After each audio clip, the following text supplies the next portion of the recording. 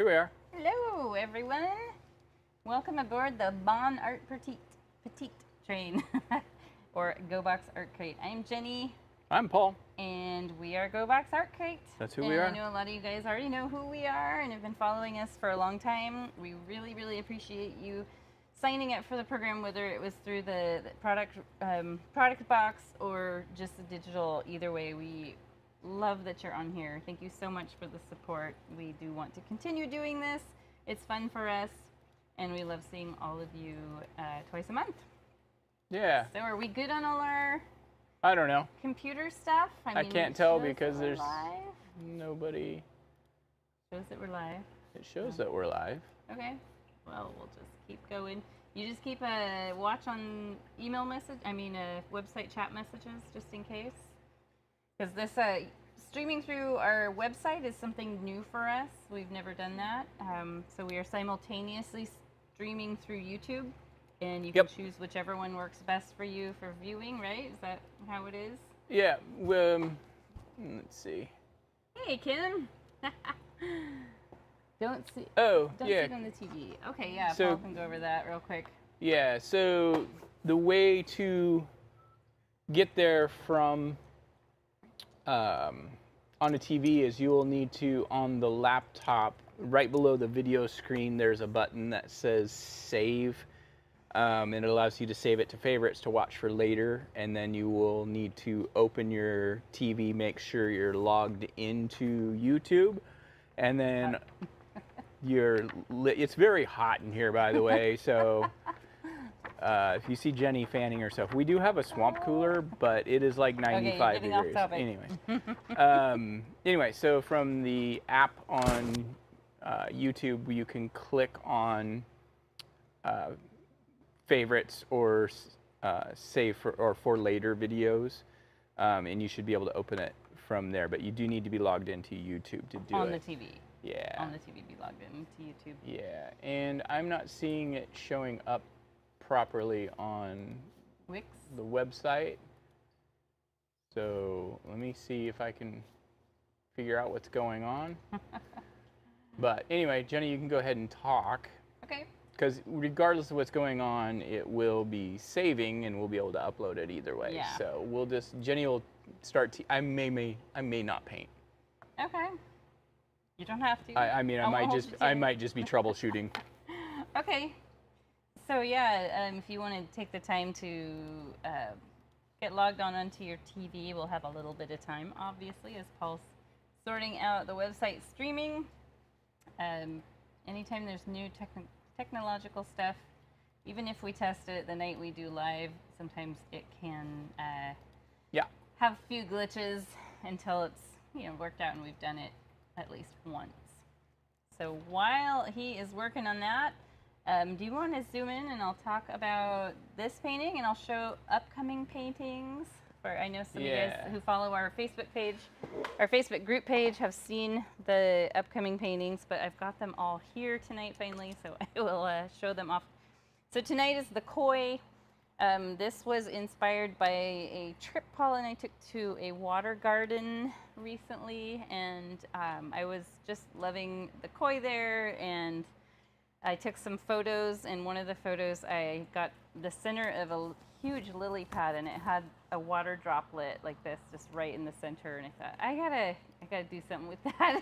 So it was several different pictures that I referenced to come up with this painting, and we happen to love butterfly koi. That's our koi at home butterfly koi right now.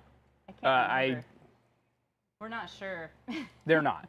We inherited a couple koi. It's really easy to tell. It's their fins. They have long flowing fins. So the butterfly koi have fins more like this. In fact, I think they're even bigger and longer than that.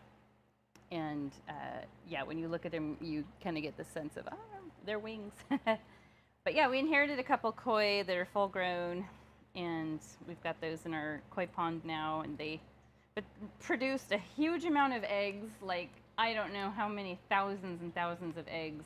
We thought we were going to have baby koi, but they weren't fertilized, so we'll try it next time. So Paul has set up a pool next door in his other warehouse here, and we're going to try raising koi just for fun because he likes having hobbies. So there's the backstory on that painting, and let me grab the others coming up. Yeah, don't wait for me. I'm not. So I'm just, honestly, just partly killing time for Paul to get this techno thing sorted out, but also No, don't worry about that. Okay, we've been wanting to show roll. the upcoming paintings anyway. This is what we're doing next week. Actually, it's, what is the date of that live stream? I'll have to look it up. It's not a Friday. The next 2 weeks in July, I'm busy working on the Addams Family musical in our local hometown. So the weekends are when the show is. So we're doing this stream on a different day. And that is Paul's painting for July. And I'll grab these others really quick.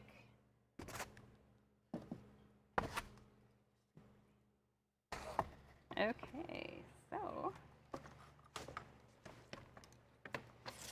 my painting for next month is called Golden Field, and I love this one. I love the way the clouds are done. They're going to be a little scary because they start out this dark color, but we gradually add light and soften them. And then, Paul, your painting for next month, is it the River Sunset, or this one, whatever? Yep. What is that one called? Reflecting on Summer. These two go together really nice. Look at that. Oh my gosh, did you copy me? No. Actually, I think you did yours first.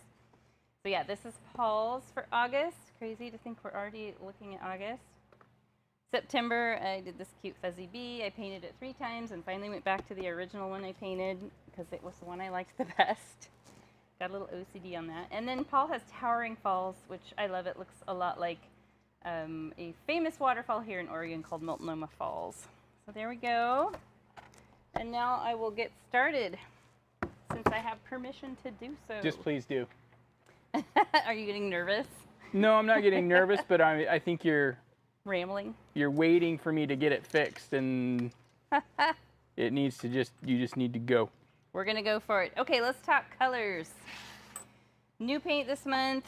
Some of you are just receiving your boxes.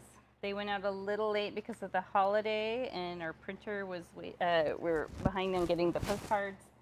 But they came in, and my daughter and I prepped them all last Saturday, so they shipped out Monday. And here's our new colors. So these are the process colors. They're light fast, which means they won't fade as much as some other paint will if you have your painting out in the sunlight. So let's go ahead and load up our palette. Just start with white. And I just start with little blobs like that, just knowing I can always add more. And I will. Now these are water soluble, so you can mix water with these to thin them out. I love being able to squeeze them out of a tube. That's nice. Just gonna leave an area in the middle for mixing. I don't think it really matters where you leave your area. Area in the middle for mixing. I got it. Hear me? I don't think it really matters. That's so weird, I'm echoing. Area. And I'll do a quick toast with myself and you guys. Cheers! I've got rosé, and it is so nice in this hot warehouse. Thank you for joining with us. Okay, so let's have a look at our brushes. All of you got brand new brushes. They're so crisp and wonderful. I love them. So I started with brand new brushes too, so I didn't feel left out. And this time you have a palette knife. Now, some of you may choose to use this to mix colors. Others of you might like mixing with brushes. Just determine what you like. I tend to do a mix of both. Sometimes I'm a little lazy, so I don't pick up my palette knife. Now, the palette knife does require a lot of in-between cleaning. It's real flexible, so I just swipe it on my paper towel like that, and then my paper towel ends up really messy. I might actually end up having Paul get me another one. But these are okay. They're made by Liquitex. They're not the best palette knife on the market. They do the job for just mixing your paint together. You can buy more expensive ones online for, I don't know, they're like $12 to $16. So we just can afford to put those kinds in the box. So let's start off. Grab out of your brushes, grab your number 8. It's one we use so much. Go ahead and dip it in the water cup. Gently brush it across the bottom of the cup. Oh yeah, Paul, you'll have to upload pictures of the koi pond to our Facebook group page. Yeah, I can do that. Yeah, it's little, and he's done a really good job with it. We've had koi ponds for 20, I don't know how many years. I've had them most of my life. Since like 2000. Well, yeah, you had a natural pond in your backyard. So the cyan, I might refer to it as blue on accident. It is cyans. We have cyan, magenta, yellow, white, black, and yellow ochre. These are process colors. This is the new primary colors that a lot of artists are going to. They're used in the printing world. So like this sheet was printed out with CMYK colors, which is cyan, magenta, yellow, and then K is what they use for black.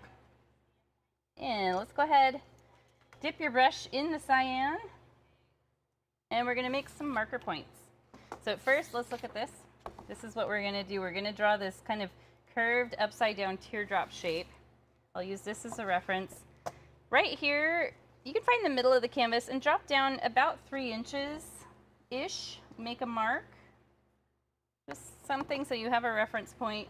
And then our koi is actually, his face is kind of pointing up towards this upper corner, but it's okay if it ends up pointing just more straight up and above. That's just the way it ended up for me.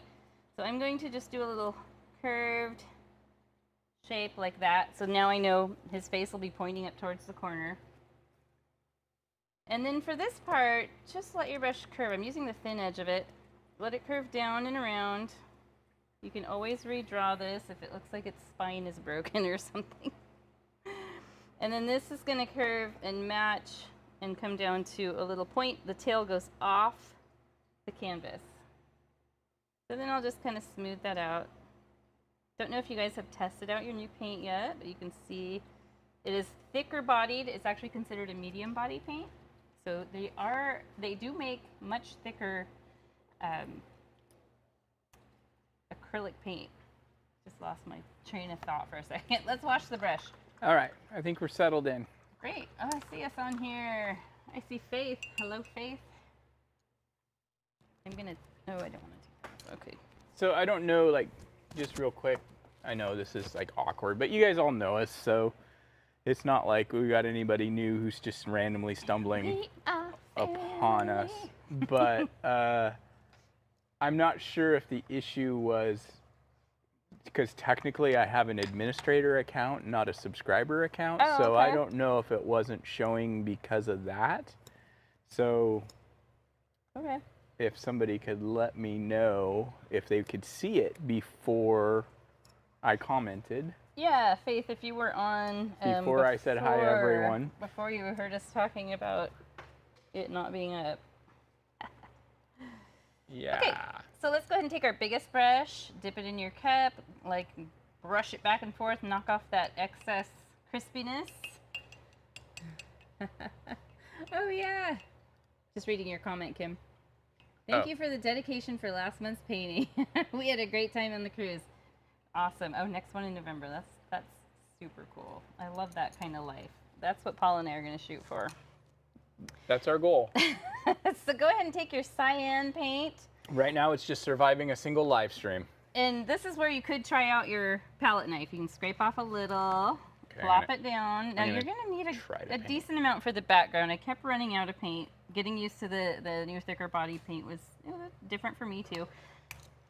What's that noise? What's the ice maker? So then I'm going to just swipe my knife off. I got all fancy and bought an ice maker for work. And I'll scrape some black into there.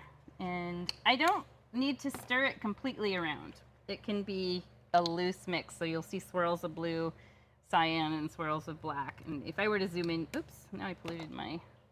Wow, you really did. If I were to zoom in, you'd see it.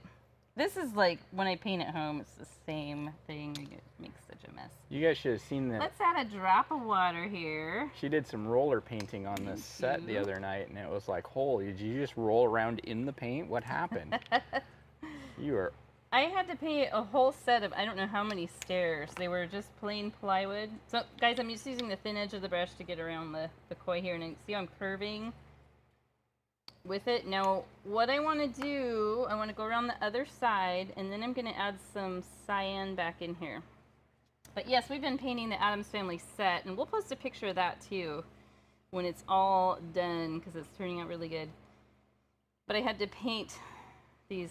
Okay, so Faith said she was able to see from about 5:33. Oh, perfect. So okay. it was working, but I had forgotten to turn the comments on, so that was all right. Ever, Paul. So I'll scrape off a little blue and like plop I it should down. ever walk into giving you ammunition. And I'm going to just now brush some blue in here because I do want sort of a black, blue, blue, black thing going on. I have no idea what's going on, but I'll figure it out quick. Yeah, you can figure it out. I think you know what you're doing. I'm going to put a little more blue on my palette. In an area I can pollute it with black. So this paint's really interesting to work with because a little bit goes a long way by comparison to what we're used to. And if you really are having a hard time getting used to it and you like working with the thinner paint, at least temporarily, you can thin this out with water. Yep. To make it go a longer way and kind of have more of the feel of the last paint until you just gradually get yourself used to it. We are taking this color all the way to the edge. And yeah, it was a learning curve for Paul and I because it's been years since we worked with a medium body paint, because when you're teaching several people all at once in a studio setting, we discovered the hard way, because we started off with a medium to heavy body paint. We discovered the hard way that it was very difficult for people to work with in a timely fashion. But you'll get used to it. So yeah, we had a little bit of a learning curve ourselves. One thing I'm doing long brush strokes. You can do choppy little brush strokes just to get the areas filled in, but then smooth them out while they're still wet. You guys just wait, because we're going to add the Patreon live stream eventually, and then we'll have 3 live streams that we're keeping an eye on. I didn't know about this. Yeah. I haven't approved this. Actually, we talked about it. You just chose not to pay attention. It is so hot in here, you guys. Yeah, it is so. What is the temp in here? I can find out. I am going to take this kimono off. Yeah, baby.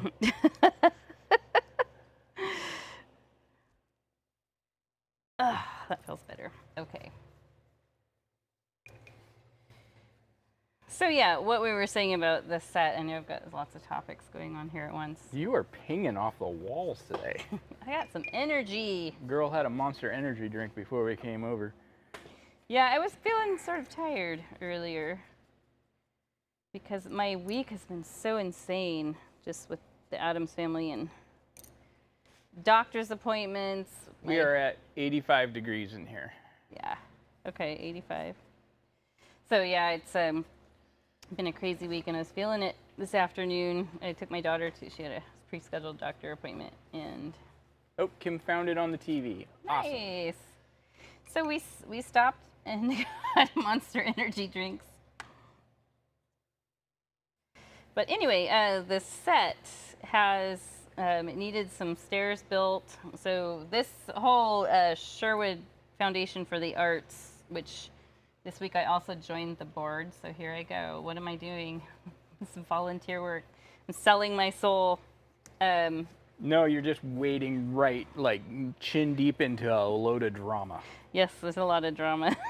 I mean, and it's not the acting kind. Oh, I was gonna like follow it up and say, well, it is a theater group, but. So anyway, yeah, we have volunteers that built the set. We have volunteers, us, painting the set. And my job this last week on Wednesday, in a super hot warehouse at 3 o'clock in the afternoon till about 6. Oh, you're still going on about that? The stairs. And so, yeah, I was, crawling around on my hands and knees while Paul was just painting the decor on the wall. Hey, don't call that. It's not like that was easy. And like that required thought process other than just go. No, I'm calling it like it is because I had the hard physical work.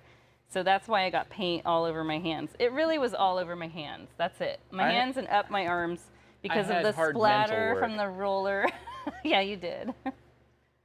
Mine was kind of mindless. I just put on like a podcast and went to work crawling around on my hands and knees in a 90-degree warehouse. I think you like the first board meeting that you go to, you should totally be like Harry Potter and Malfoy and be like, I think I can discover the right type myself, thank you. Or whatever it is he says. I can help you with that. I'm just reading it. Yeah, so when you do have a lot of creative people together, there's a lot of ideas thrown out on the table, and then there are people who get nervous about the ideas because they're really the type that have to process things a lot. And so it ends up with a lot of spoons in the pot, and a lot of...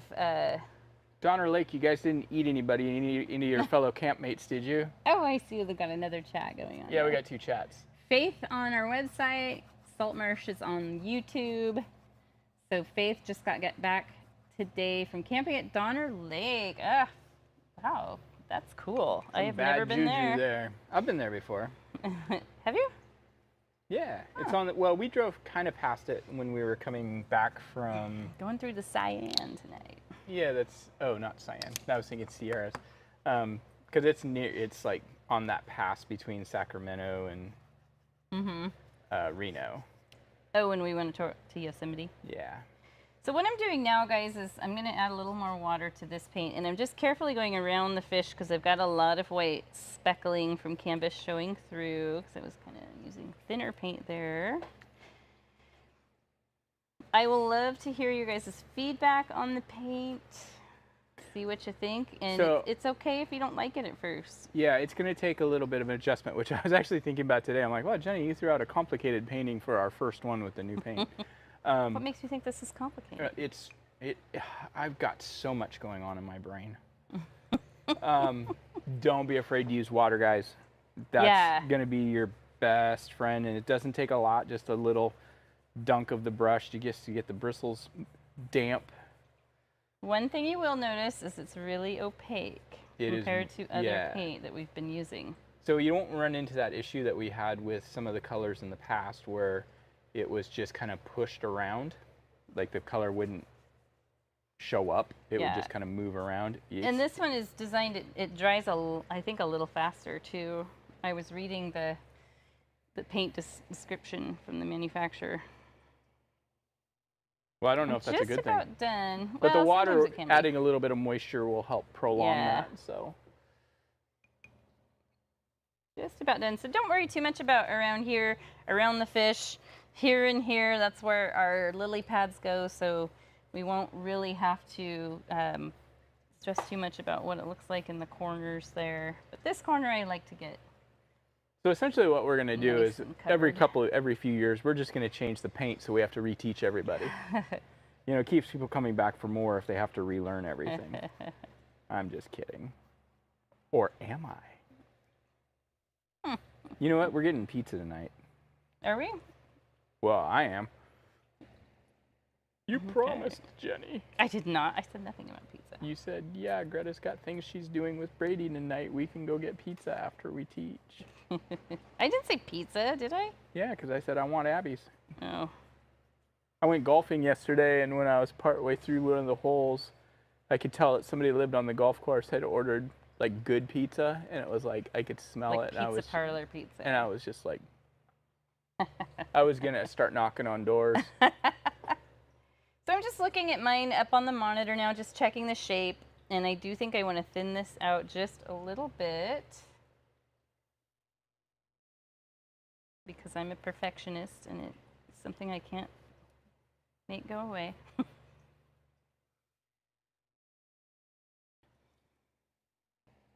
The cool thing is if you end up with a fish that's too skinny, you can always add the white back on top of this blue-black background. Yeah, so it you just don't looks like shadows have to worry about that at all. But do bring your color right into your outlines once you're happy with your outlines. What do we say here? I'm reading. I'm letting mine dry for a second while I read your guys' messages. Summer paintings are gorgeous. You're working on Paul's last. Well, now what was your one last month, Paul? Cosmic. Oh yeah, I love that Celestial one. Sea. Had to gesso part of the bottom because the water was too high. That's a great way to do it. Mark wants to know if you are a meat lovers or pepperoni. He's a mushroom and olive. I'm not much for meat on pizza. He's not a vegetarian, but well, I have periods of time. Periods of time where we eat mostly fish and chicken at home. Yeah. I'm not a big beef guy. Not a big beef guy. Not a big, yeah, and then growing up in Oregon, everybody's like, you love salmon, don't you? I'm like, I'm kind of not a big fan of that either. I love salmon. Now, crawfish and lobster and... It took me a long time, but I love most fish, but I love it in sushi form for the most part, because it's just like, it just tastes so fresh and buttery and yummy. Oh, I forgot to send Daniel a link. Oops, you better do it. I should. He just We messaged need Daniel me. on here. He just messaged you. Yeah. Dude. Well, What? he's not. He's not part of the mailing list, so. Okay. So while Paul's doing that, we are going to allow this to dry. Clean off your stuff. Now this it dried. So one thing you can do, you can always just peel it off. So this is the message kinda I just got from Daniel. Daniel and I both have an appreciation for spicy fast food. And Daniel's the one on YouTube is this here channel. Yeah. And he just messaged, I'm interested in the Carl's Jr. El Diablo. So we're talking food. All of us are thinking about food. Yeah. My golf game, I've been in a funk for the last couple of weeks. It's just part of the growing process of the game. So I get to hear all about it. Yeah. I've been working on a change to my swing, and sometimes that means it can take a little bit of time to get dialed in. So I'm not too concerned about it. Okay, so we're still in step 1, which, as you know, all of our steps, because they have to be condensed down, they have multiple steps. And we are going to mix this bright shade of green while we're waiting for this to dry. It doesn't have to be 100% dry before we paint the lily pads on. Now, I will say this. I had a couple Korean guys I was playing with yesterday that were really old, and they were like, how come you're not on the PGA Tour? I'm like, well, and they're like, you hit the ball so far. I'm like, you're like, well, I could be on the senior tour. I'm like, I'm too old. So, mixed with the palette knife. It just, you don't get as much built up into the bristles. Yeah, it's more of the, like, it's a little easier sometimes than constantly cleaning this thick paint out of the brush. So I'm going to scrape off yellow. We are going to let's make a good sized pool of this bright green. And I promise we'll use it for painting technique at some point. And yeah, we will for sure. I figured you would for these next ones. I might. So I'm just going to swipe as much of the color off as I can before dipping it in Mountain highlighting going. In the cyan, because that's going to keep my little pools of color from getting too polluted. It does allow you to mix easier and have more paint, because yes, it doesn't get sucked up into the bristles of the brush, and you can kind of scrape it and flatten it out, scrape it, flatten it out. And then you can decide, do you want this to be more of a yellow green, or are you okay with this green? If you want it to be more of a muted green, you could add just a tiny touch of black to it, or even this yellow ochre. But I'm going to go with the color I talked about in the instructions, which is just this lily pad Kelly green. I could add a little more yellow to it. I'm going to try to scrape most of this off on the palette. I highly recommend you guys get these palettes. Probably you could buy them at Michael's, but I get these from Blick, and you can go online and buy them there. I don't even know if we still have them listed on our website. I think we're out of stock of them. The brushes? The palette. Yeah. I need to order some. Oh gosh, we are nice. So ADD today. Yeah, sorry. Sorry, guys. I'm sorry. Like, it's literally like, we're just discovering in the last couple of years that I probably have a pretty distinct amount of it. Okay.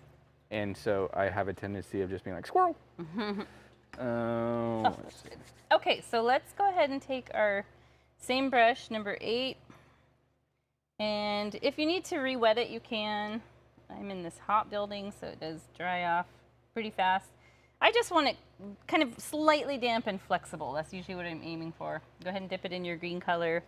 And then we're just going to draw like a Pac-Man shape. So you're going to start like you're drawing a circle, and then you cut away for the mouth of the Pac-Man. And then go back. And you can, redraw that. And I think the light glare is making it not show up very good. It is so much cooler over here. Funny.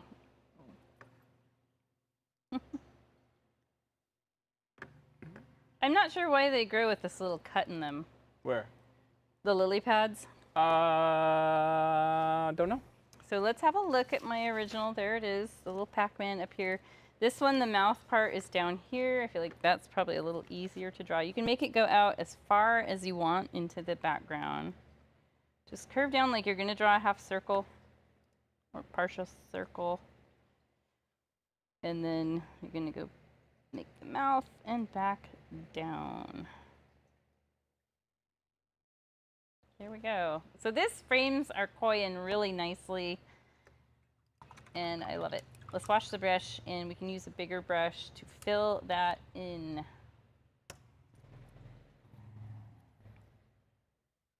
Don't worry if it mixes with that dark background paint. That's actually kind of more of a desired effect because it will tone it down just a bit. We are doing those now. Yeah. Okay, cool.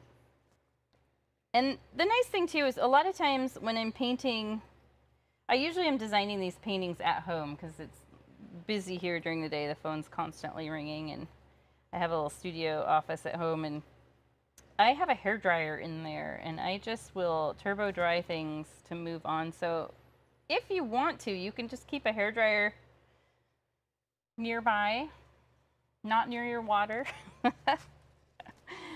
and just blast an area for 30 seconds, and it will dry quick. Or if it's hot like this is today, just wave your canvas around for a couple minutes. Wait while having some wine. Or water, which is better hydration for you.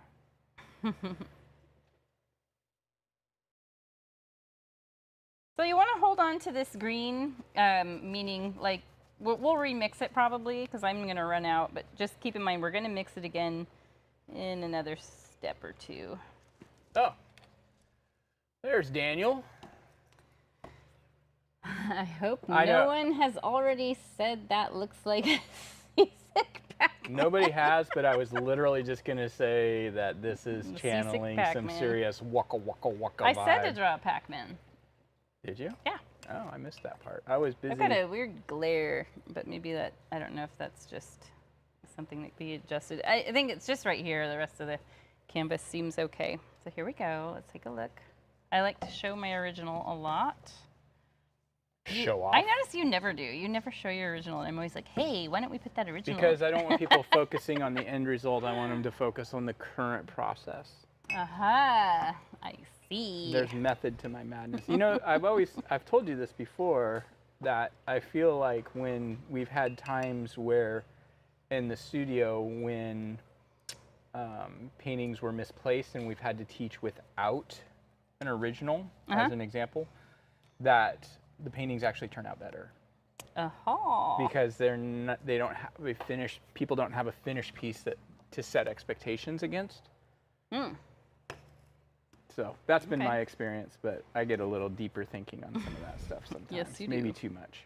I lay awake at night. Okay. How is this gonna work? So what we're gonna do next is add a lot of colors to the lily pads. Again, I'm gonna pull this over. So look at the difference. This is where it started. This is where we end up. You see all those streaky colors in there.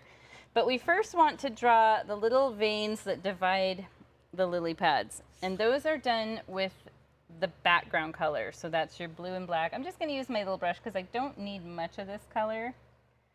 And I want these to still be wet. I want it to kind of mix. So let's add a little water to that color. Just a portion of it. See how I pulled my brush aside and I watered that down a lot. Look at my palette, you guys. It's looking bad.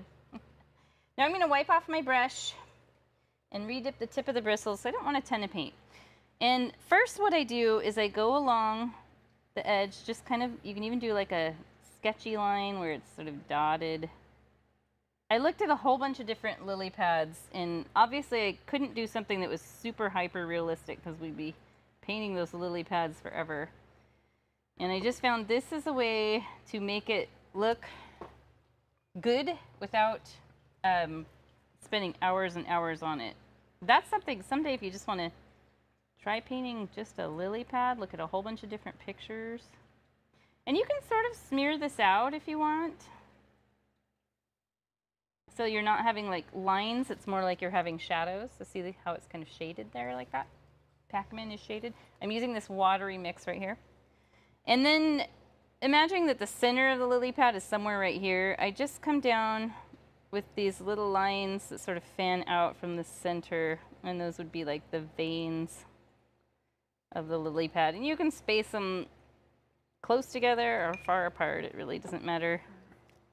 The one I took a photo of had like yellow veins, but I felt like doing them darker for this particular painting worked good. So at first it's going to look like that. It's going to look like a video game thing. Actually, it kind of looks like the Korok from from Zelda. And then let's do the other one. So just come around the... See, I'm just doing inside the edge so it leaves a little strip of green. And I'm just lifting my brush a lot.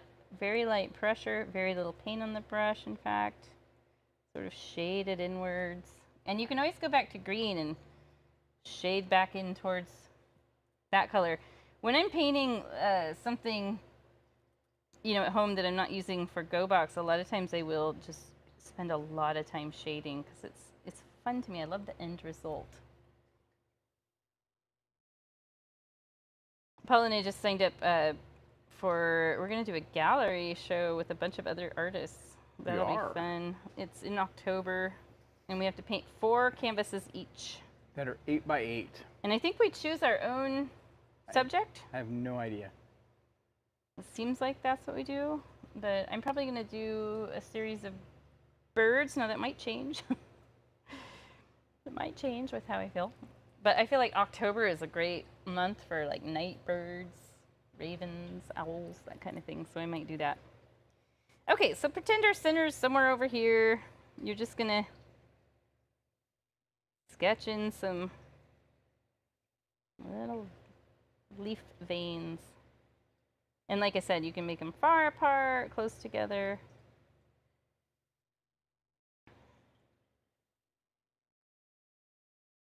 And you can blur them out as much as you want. We're going to put color in between so they will show up even more. They even look pretty good right now. But we're going to take them further because that's what I do. I'm going to wash the brush. And now I'm going to grab just yellow, just a little yellow. Start with just a little paint. See, I don't have much on there. Go ahead and streak that in between the veins. Now your brush should run out of paint right away. If you use very little paint, it should mix with the wet green. So this is just going in between those dark blue-black veins we drew. And it can be messy and sketchy. Like you're doing a pencil sketch. And you're moving your brush a lot. You can hold your brush back further. I tend to fall into the habit of holding mine a little too close to the metal ferrule, which makes me over detail stuff.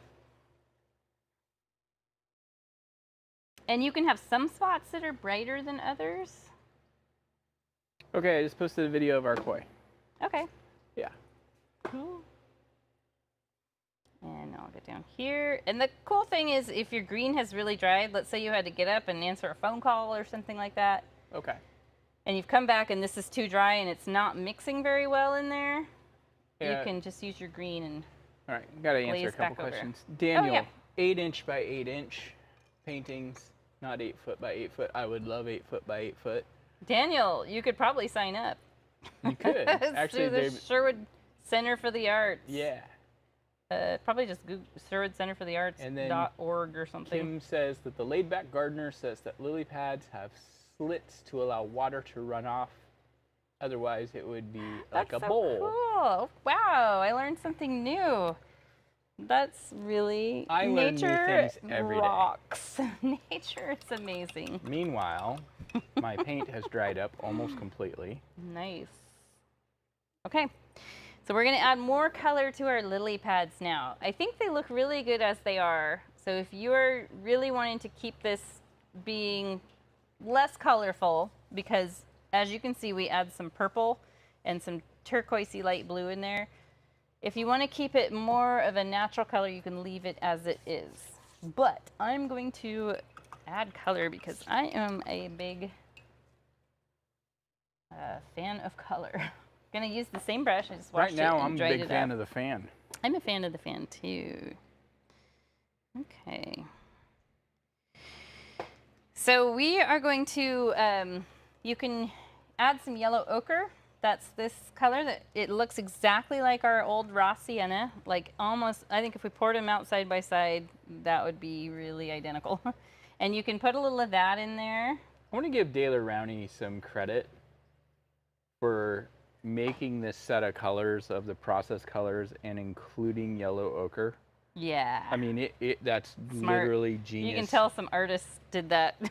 Yeah, so yellow ochre is a color both Jenny and I have used fairly extensively when we were doing oil painting back in the day. So, but it was not a color that's ever been available with the paints we were using before. Added a nice gold element to these. Yeah, but this is like these process colors are great, but if you wanted to paint something with natural elements, having this yellow ochre is so nice because it's a little work to mix a brown. You can get there. You can get there. But with this, like, you could just mix black with this and maybe even throw in a little more yellow and magenta, and you can make a pretty nice brown. There we go. Now let's add some lavender. So there, I made them a little more golden. Now the next two colors are lavender, and then I'm going to mix kind of a light blue / turquoise color. So you can decide if you want to add those or if you want to do it sparingly. Completely up to you. So let's try lavender first. There are 3 colors on our palette that will make lavender. Magenta. I need a paper towel that's glued down. So magenta, little white. And you can just always plop these just right by each other like a little triangle. And cyan, so that's gonna make us a nice lavender. I did equal parts, and actually that turned out pretty good. Sometimes equal parts isn't always the greatest mix. I think if anything I could add a little more magenta, because this is kind of on the periwinkle side, but I'm not going to actually like this the way it is. Kim, yeah, the koi are each about 2 feet long. They're big. Yeah. And we always have trouble with our koi wintering properly. It's hard to do. It's hard to maintain it in the winter. Yeah, so they we actually got the pool set up so we can winter them. They get to go to a winter home. Winter resort. Now you can scrub some of this lavender on here, and if you look at it on your painting and decide, you know, I really would like it a little more dark blue or a little more magenta, you can mix that up. I think this lavender is maybe a touch lighter than what I used. I think on my original it's kind of a plum color. Let's see. I'll show you. You can see it in there. Yeah, it's a little bit more of a plum color, but I'm going to go with it as it is. You can put some down in here too. Just light little tippy taps. Light little tippy taps with the brush. Maybe I'll do a little more magenta in part of this. You can see that here. Danielle, I'm not sure if they're bigger. They're probably bigger than some of the ones at the Japanese garden, but the Japanese garden has some pretty big old fish. Yeah. I had heard somewhere that their fish are worth like hundreds of thousands of dollars, like an insane amount. Is it true that koi can be worth that much money? Oh, absolutely. 100%. Wow. We went to a koi show once. It was at the Oregon Zoo, like, not at the zoo, I think it was at the Forestry Center. It was up at the Forestry Center, which is right next, shares the parking lot with the zoo. And that was so cool to see all the different varieties. In fact, I was just noticing Hayden still has his poster up on the wall. So the most expensive koi fish ever sold for $1.8 million. Wow, I would feel so weird because I'd feel just like, imagine now it's gonna die. Yikes. What's not edible?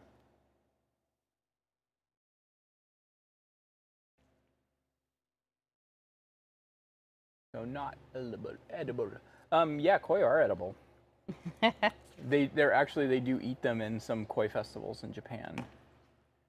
It's kind of like 4-H in the United States. This pig won the blue ribbon. Let's grill it up. Yeah. So I'm going to now do the turquoise color. I almost forgot that. And there are 3 colors that will make you a nice turquoise. So let's plop some yellow down here, some white next to it, and let's use less blue because the blue is dark, so it might overpower it pretty quick. And you can mix those 3 together and see what you get. Look at that. It's making, I can see a turquoise coming together, but it needs maybe a touch more blue. I see it's very yellow heavy. It's kind of a celery color right now. Okay. Got a little more blue. So the funny thing about koi is the way they came about. That's a good color here. Sort of turquoise. How was I like, okay, like, how am I like, I should have had all this stuff prepared. But koi, the way they came about were actually... Just go ahead and streak this in here wherever you like it. Variety of carp called a golden carp, I believe, that's from Japan. And they're kind of like putty colored, but they're just normal wild carp. And then there's a wild carp from Paris, from France, that's a black carp. And somewhere along the lines, people brought the black ones. I think colonists brought the black ones to Asia, and for food, as a food source.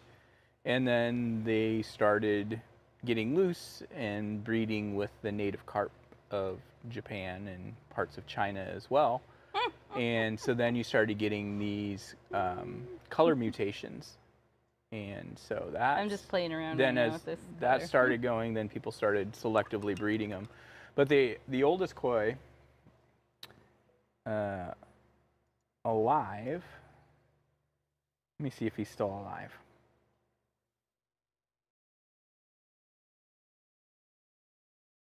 You can always go back to any colors and add them back in as needed. Oh, I take it back.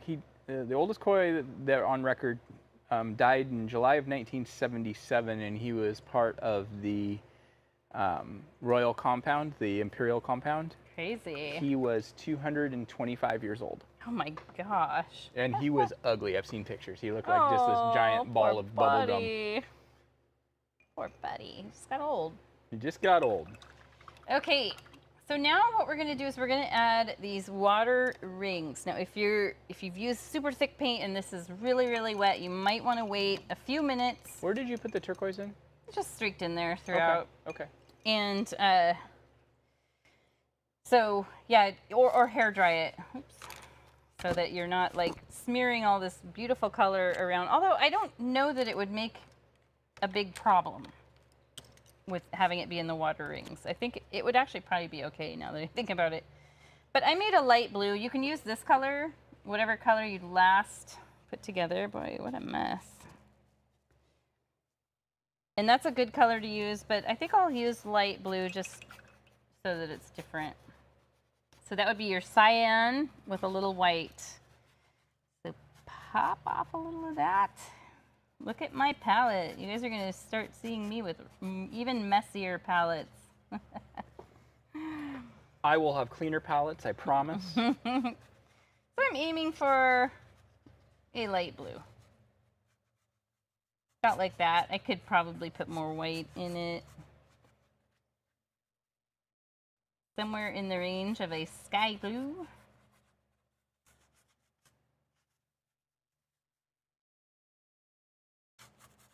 Actually, looking at my original, I do want to get a little more white in here.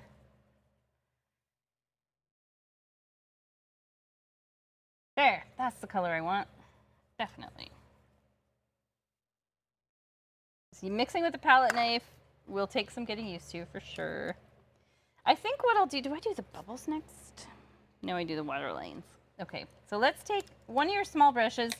You can use your number 4 and use the thin edge, or you can use your number 2 round. Just whichever one feels better to you for drawing these little fine lines. Now you can see they overlap the edge of the lily pad a little and come out here on both sides. And I'm not using a ton of paint on the brush. We do want to mix a little water, so I'm going to use my number 4 brush and use the thin edge. So let's just mix a little water into the edge of this here. So it's a pretty watery mix. Now dab your brush off somewhere, wherever you have a clean paper towel. And I'll start along here. So I just do little broken up dashes, and I'm very lightly, like this brush is barely touching the canvas. That's what's going to give you those thin, thin lines. So if you're pushing too hard, you're going to get thick lines.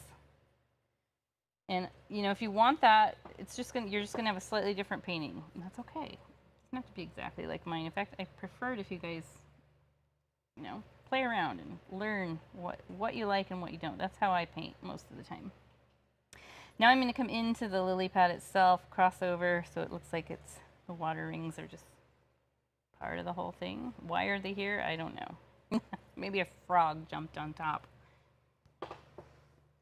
And up here, same thing. I will tell you, I looked at a lot of different paintings of koi and different styles of painting with koi and lily pads.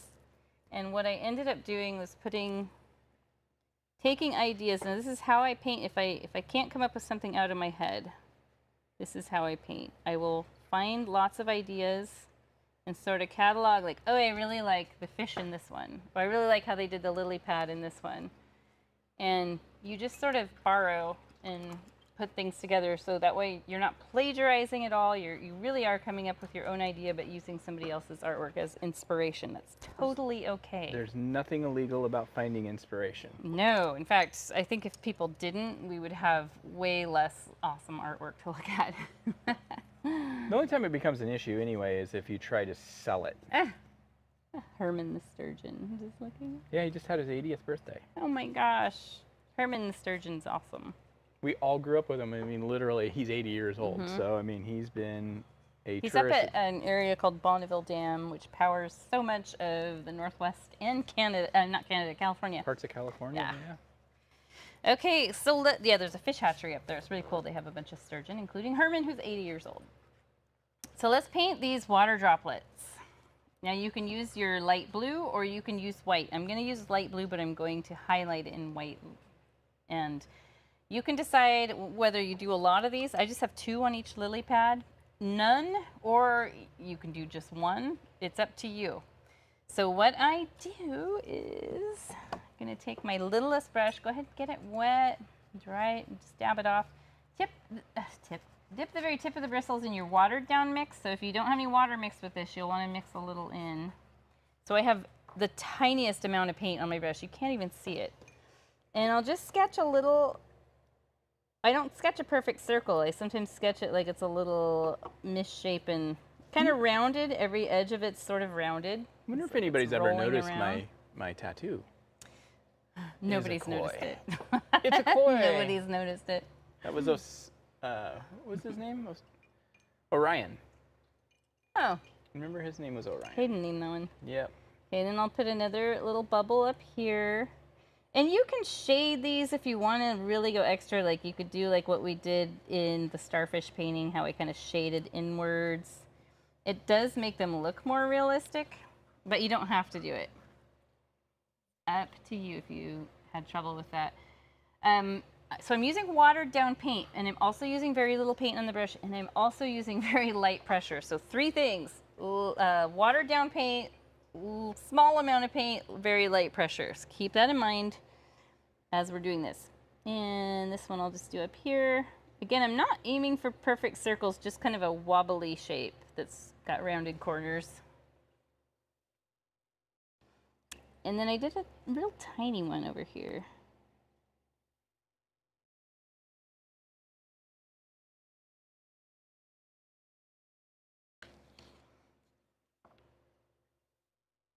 And as this dries, it's going to dry, the paint dries a little bit darker than it comes right out of your brush.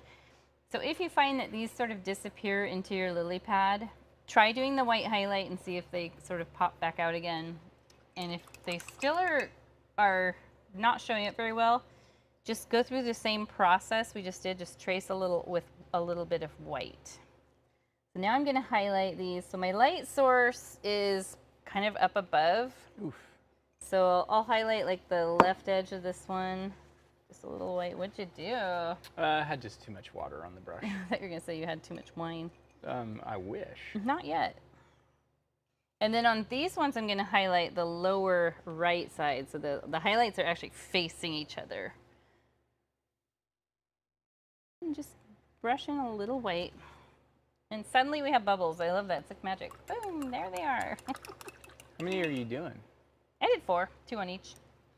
Surprised I did an even number. Usually I'll try to do odd numbers. Especially when you're doing something Japanese inspired. Come on. Wabi sabi. Okay. Awesome. So next we're going to do the duckweed, and then we get to work on the koi. Let's not talk about duckweed, okay? Yeah, we end up with an overly large amount of duckweed we have a little frog pond too. But duckweed it's really cool to look at. And it's actually edible. You do have to scoop it out a lot. You have to scoop it out a lot, and it regrows like crazy. But quite eat it. And usually it's just this vivid bright green. But I did see one painting that had, I don't know if it was duckweed or just leaves, and I loved all the different colors. Well, so that is something I incorporated into here. So we've got lots of bright green, we've got kind of a soft orange, and we've got a golden color. There's a plant that grows very similar. It's called fairy moss. Oh, okay. And it will often have more like reddish colors. Yes, Daniel, we don't have it on the website yet, but we will shortly. He's asking about the palette knife. Oh, spatula thingy. Well, technically you're right. Here at Spatula City. So, and I do occasionally put some duckweed, you know, on top of the lily pads. It just gets everywhere. But let's start with the bright green. You may need to remix it. Just like sand, it gets everywhere. Oh. You may need to remix it. That's this color, so it was just the plain old bright lemon yellow and cyan. So that's your blue. And I'm going to, and I start with equal parts. I always start with equal parts, just knowing I can change it up. Cyan. Okay. That's pretty close. It's not exact. No, actually, that's pretty close. Darn, I'm good. Just kidding. Okay. You know, I gotta say though, these paints are amazing. Yes, I like them a lot too. So you can add a drop of water to this if you like. That does help prolong it a bit. And what we're doing now is we're using our number 8 brush. And I literally just did a little swipe. Now, I think it's actually probably better to use the thin edge of your brush because you do want to do a little press down thing, and you can control the thickness by using the thin edge of your brush. Oh, let me tilt that because you can't hardly see it. And I just overlap, put them together. Think of it like somebody up here has dropped confetti. You can come close to your fish. Fins are going to cover some of this. I try not to think too much about where I'm placing these, because then if you don't think about it too much, then you won't purposely make a pattern. We don't want that. And we're going to add other colors too, but I think one of the key things to avoid the look of a pattern is to make some of these overlap each other.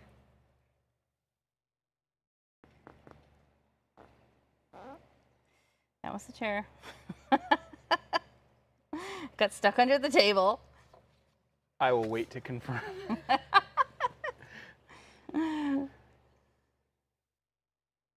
So duckweed is actually a crop that can be grown because it's actually fairly high in protein. Wow. And yes, we can consume it, but primarily they use it for, let's have a look. For livestock. We're doing good, and we'll get some around here and around this one, and you can even do some down in here, but you can also add those later after you add the fishtail, fish fins. Because of the glare, this doesn't really show up, but in person, it's there, and it doesn't look as subtle as it looks on camera right now. So one of the things that's really interesting about duckweed, here we go. Boy, you are like an encyclopedia. Well, I mean, this is like right in my wheelhouse. It doubles in population every 48 hours. Wow, it's like rabbits. That's why it takes over ponds, and it's actually considered invasive. Very invasive. Make some of these go off the canvas too, like they're. But that's also beyond. Part of the reason why it's such a something that they are really looking into as far as a plant-based protein source that can be used. Really? Does it have protein? Oh yeah. Well, all plants do. It's like chia seeds. Yeah. Well, think of like algae. It's kind of in that same vein. Actually, yeah, if they could figure out like how to make paper out of it or something, that would be cool. Sustainable resource. Oh, it grows so fast. It really does. If you've ever had a pond, it's like, or an aquarium, you get like one that comes in on a plant, and all of a sudden it's like you're scooping it out all the time. And the only way you can get rid of it is to completely remove it manually. There's no herbicide or anything like that you can add. It just wants to be there. Now you can make these facing different directions. I think I mentioned that earlier, but just a reminder. And then maybe do a few over here, which will get covered up by fins. One thing I'm going to do really quick before I switch to a completely different color, I am going to take my palette knife or your brush and mix a little more yellow in some of this so you have a more yellow green. And there I go, polluting my yellow. So there, I like that. It's kind of an avocado, well, it's very key lime, I don't know. I need more. I need more. More yellow. So there, yeah, I love this mixed in there with the others. And again, just watch yourself on the patterns. Put a rubber band around your wrist and snap it every time you find yourself making a pattern. Whatever it takes to remind you. I need that. I am the queen of doing patterns. But I love the additions. This is actually more close to what the color of real duckweed is. It's really a yellow-green. So duckweed is 20 to 35. Look at you Googling. 20 to 35% protein by weight. And it's edible. Yeah. Wow, I don't know why that people haven't started making. Because it grows in yucky ponds. But it actually grows in any pond, honestly. But yeah, duckweed is the new microgreens. I mean, I'm an expert at growing it, so. Funny, I had no idea. You can make protein shakes. For sure. You can call it ductine. Oh my gosh, trademarked. Okay. Pro-weed. I like ductine. Yeah, it's a lot better than pro-weed. Probably there's some dispensary somewhere that already has pro-weed. Okay. Let's wash the brush. Oh, fun fact, duckweed should also be the name of a strong brand of pot out of Eugene. You're right. Out of Eugene, of course. All right, let's get some gold tones and some orange in here if you like. You can leave just green if you want. I will say that having some orange tones in the background, it helps tie the fish into the whole painting. So that is a nice thing to have. First thing I'm going to do is I'm going to mix yellow ochre and white in it. That's what's going to give us kind of this wheat gold color. For what? For duckweed. Oh, we're still working on duckweed? Yeah. So if living in the state of Oregon, our two main colleges have the most intimidating mascots in the ducks and the beavers. Mm-hmm. But duckweed sounds more appropriate than beaverweed. Okay. Let's get this color made. So just a little white, about half as much white as you did with the yellow ochre, or if you're using old paint, raw sienna, if you're using some of our last paint we used to do. And you can absolutely do that, and don't worry, you don't have to try to make these exact colors that we made, because you'll just end up with a different version of the painting, and it will be not wrong in any way, shape, or form. I highly recommend, just rock in whatever colors you have if you're using your own paint. Don't worry about the duckweed too much. Yeah. Now this color is going to stand out a little more. You can decide if you want to throw some more yellow ochre back into your mix and make it a little more subtle. I'm feeling like I need to maybe do that. Our amphibian pond is completely covered in duckweed right now. Yeah. The little goldfish aren't keeping up.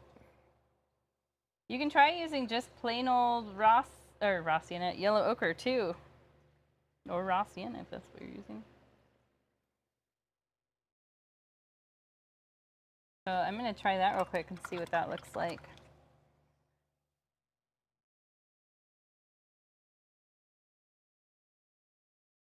One of my lily pads kind of looks like a weird halibut or a flounder from some cartoon or something. Now to make the orangey shade, I'm going to scoot this over. There's a little skin formed on top. Get some yellow ochre and a little magenta. I'm actually, because it's such a small amount, I'm going to mix it with my brush. I need a little more magenta. There, I love that. That's a great color for this. Oh, it's nice and subtle. Color. In fact, it's really close to what I just put on there, so I might add a little more magenta in. Oh, this is actually exactly what this needed. Of course it is. It's going to tie it to the fish. I think I have a lot more duckweed on this new painting. I mean, we spent a bunch of time on it. Yeah. Okay, there. Multicolored confetti. How fun. Loving it. Loving it. Now we get to devote all of our time to the fish, other than when we put these little light bursts on here, which is something I saw in a photograph that I thought was, that's cool. I'm going to add it. So now we're going to work on the fish, and what we're going to do first is we're going to shade the sides with, here you can, if you're following this, which those of you who have the membership, well, you all, if you're on here, you all have the membership. You can find these, where do they find these sheets at? They're uploaded on our website. They are under the Art Club / Instructions Library. And we are working on adding all of those. So it's been a little bit of a crazy... A lot of stuff all at once. So we uploaded July's today. So you can access this, you can print it out, or just look at it on your computer. And we will upload as you paint along. So this is going to be one of the best things about this new system, is people will have access to all the old ones that they didn't do in the past. Now, you're going to have to find your own paints for them. Yeah. We do have, we are going to sell the paints as well, but most of you, like Kim and somebody, others who have been around for a while, you probably have all the paints you need to do most of the paintings. Yeah. So we're going to start with lavender, this color right here, which you mixed earlier. You may need to remix it. If you do, it's magenta, cyan, and white. Equal parts. That's what made this color, was equal parts. And then if you want to change it up a bit, you can. Mine is, I've still got some paint there. Not a ton, but just enough, especially if I add a little water to it. And then I'm going to add a little white to it as well, because we're going to shade the sides of the fish in kind of this lavender shade. And then we glaze over it with white. So at first it's going to be kind of harsh. And this is great though, because this is what's going to help make it look a little more three-dimensional. And I'm just using the thin edge of my big brush and kind of just doing broken up brush strokes so that I'm not falling into the trap of doing like a perfectly solid line. And this is a great time if you need to make your fish a little bigger. You can kind of push it out into the background a little.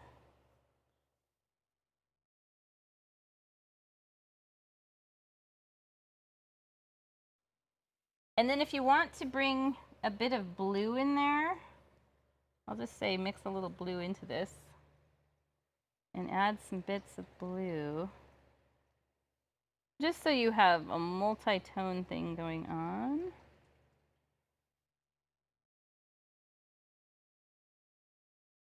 And now we'll want to wash the brush.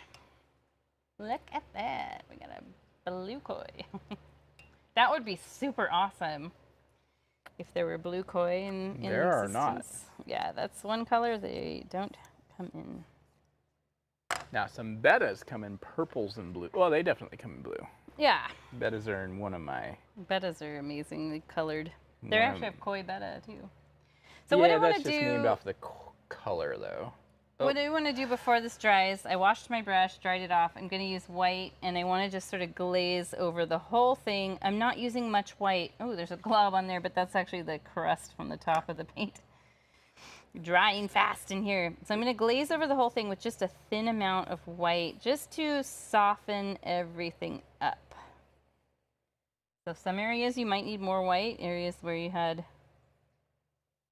a bit more color. So we still want it to look shaded on the sides, but this is going to sort of tie the middle to the sides in a nice soft way. And this is something you can repeat processes. Like if you glaze too much white on there and you've lost all of your shading, you can go back and add some more of the shading back in. Especially if you have some white on your brush already, which I did. So it kind of just looks like a shaded water droplet. Oops.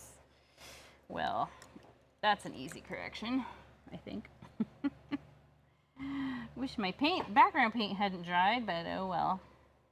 So if that happens, just try to mix the color that's nearby. Or plan on a good place fin covering it. Something peeped. I think you need no ice. Might be running low on water. Okay, wash that brush. We are moving along to step 5. For those of you following along on the step sheets, just keep in mind I stick pretty close to them, but some things I'll change the order of just for teaching live and drying time. But I think we're good we've been sticking with it pretty much exact. So we are ready to move on to step 5, which is we're going to add some red and black tones to the fish itself. Now hopefully you have kind of a thinner coat of the white here. If not, blast it with the hairdryer or just take a second to, like, I'm just looking at my background around the fish, and since I just mixed a bit of color to correct something, now is a good time for me. I'm going to be turning my microphone off for a little bit. Okay. So that I can add water to our swamp cooler. I thought you were going to go to the bathroom.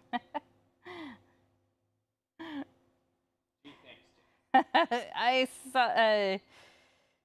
saw an interview with Robert Smith, who's the lead singer of The Cure, and he says he was doing a big concert and he accidentally left his microphone on while he went and used the bathroom. Can you imagine?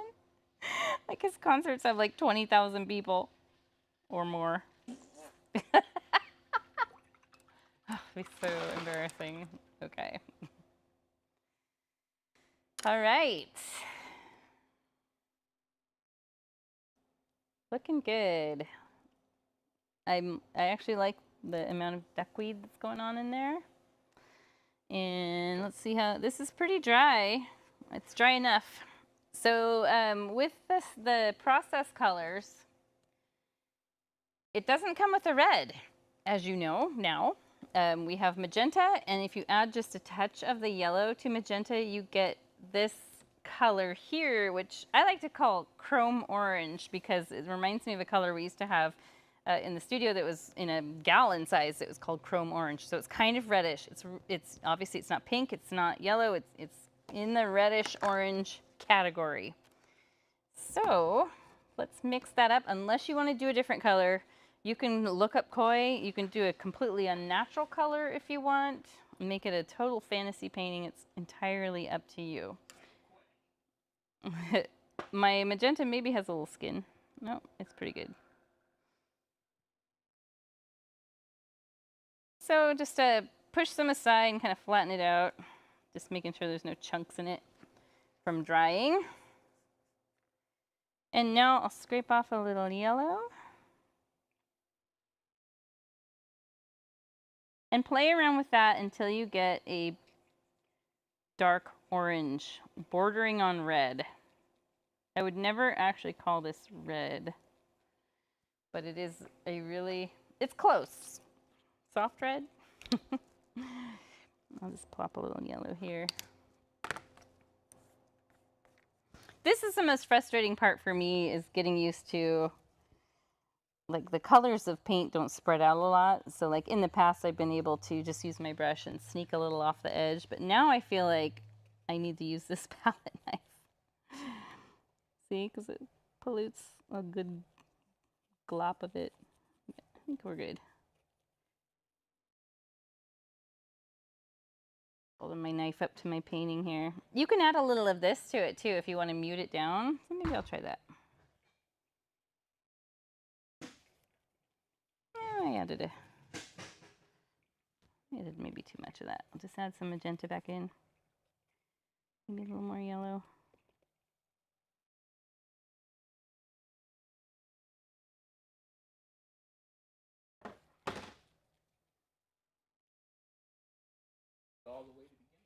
Yeah, what the heck, Paul?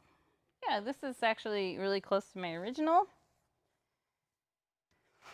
So what I have done at home is just talking about cleaning the palette knife. I had a rag, a paper towel that was just for brushes, and then I grabbed one that was just for the palette knife. And I'll tell you, that palette knife one filled up so fast. But it's nice to to have that so that you're not just completely wrecking your brush rag. Okay, so I'm going to use my number 8 brush. And for this, what we do, you can kind of make it look like there's a mouth by just doing a little back and forth kind of horizontal line there to indicate fish lips. And then outline along the edge here, just around this curve.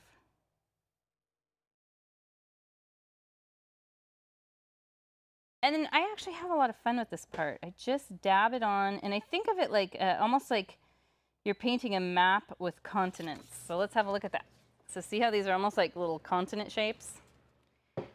Definitely not anywhere in our world, but you know, you can, that's what I thought of it like. You've got little continent shapes. Wasn't sure what else to compare them to. I think I'm back. I think you're back. And this can overlap the eye area because you can paint the black eyes later, and it can go on top of this red, or it can be on the white. It really doesn't matter. So Kim just had a good question. Oh, yeah. Since the paints have to last 6 paintings, about how much of each paint should you put on your palette? To start? Dime or nickel size. I would even say smaller than dime. No, well, yeah, since it's thicker. I would say like the size of a pistachio. There you go. Yeah, because I just keep adding more as needed. Yeah, that's the nice thing about the tubes is you can kind of control that so you can keep adding. Mm-hmm. Technically, you guys are getting more paint now. Yeah, because before you were getting half an ounce of each color, you'd get a 1/4 ounce per painting, and we did a lot of like practice sessions to figure out what was the right amount. And now you're getting. I'm just thinking about my koi patches here. Yeah, now you're getting more. Yeah, you're getting more per painting, but it is a lot thicker, so it feels like you're really going through it. And I definitely felt that way. Whoa, oops, sorry. Careful there. So I'm bringing this all the way to the edge. Yeah, so technically, occasionally, like, you were getting 1.5 ounces of paint every month or every 3 months. Now you're getting 2 ounces of paint, and this paint goes further. Yeah. So, yeah, I just, again, about the size of a pistachio, you can always add more. Yeah. So I'm just dabbing this on, just dabbing my brush up and down. And you decide when you've had enough red. I'm just sort of following what I did with the original, and you can follow along with me, or you can create your own pattern.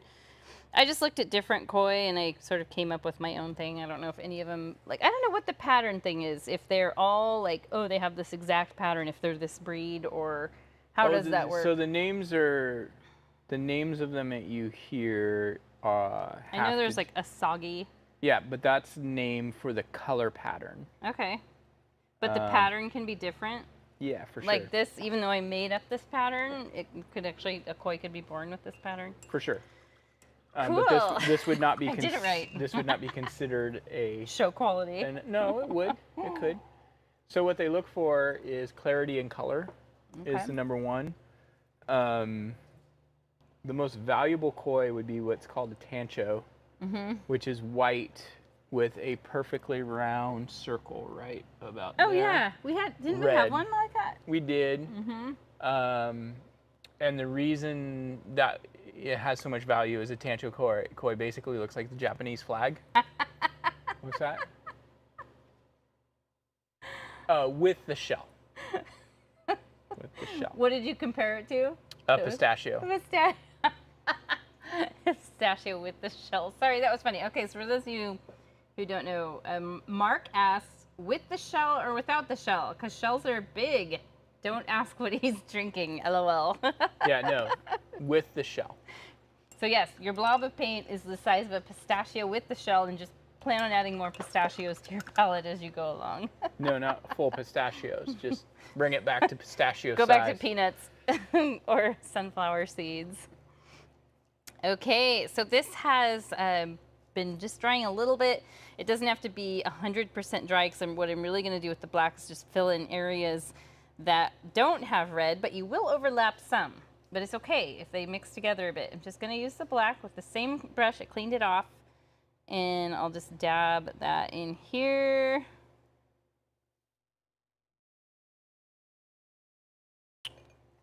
I do find that these are pretty fun to paint, and they're a lot easier than you would think.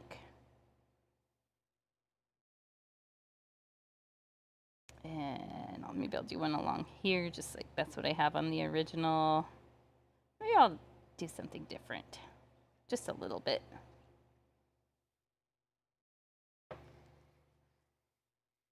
That's kind of cool.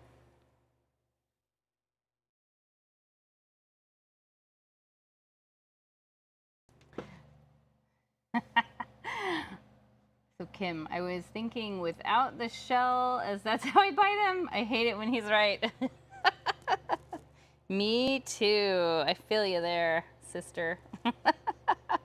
And Paul's always right. I'm just kind of like, I've gotten to the point after all these years of marriage, I just sit back.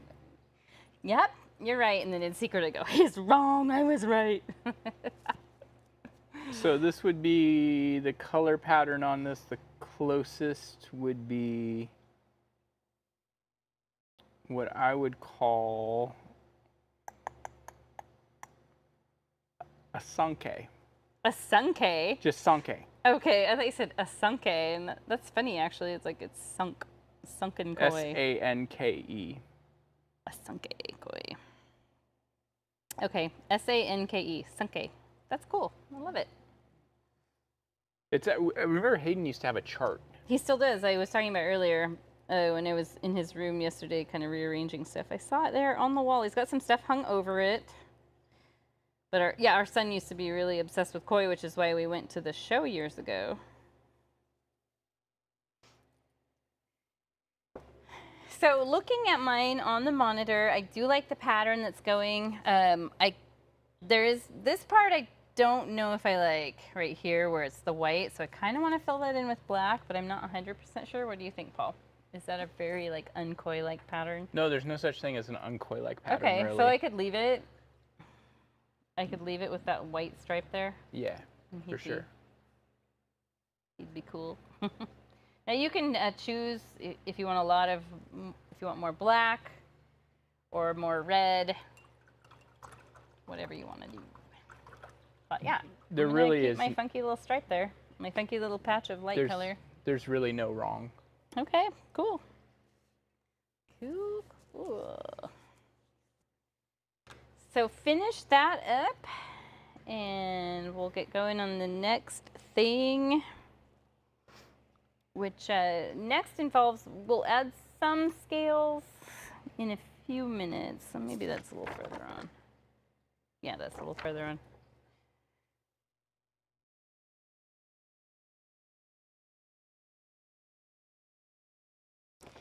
So one thing I do next is I add a slightly darker shading of blue onto the sides of the fish that are not painted red or black, because we're working in the white areas.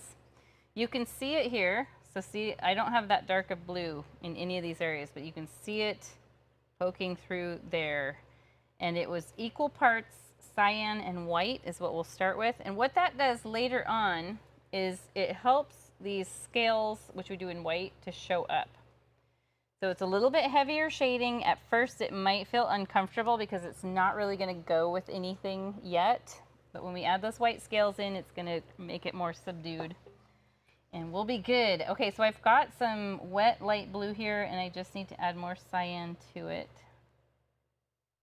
So we're looking for like about this shade. It's kind of a 1970s denim blue. Maybe a little more blue there. Let's see. Just trying to match the color I have on my original.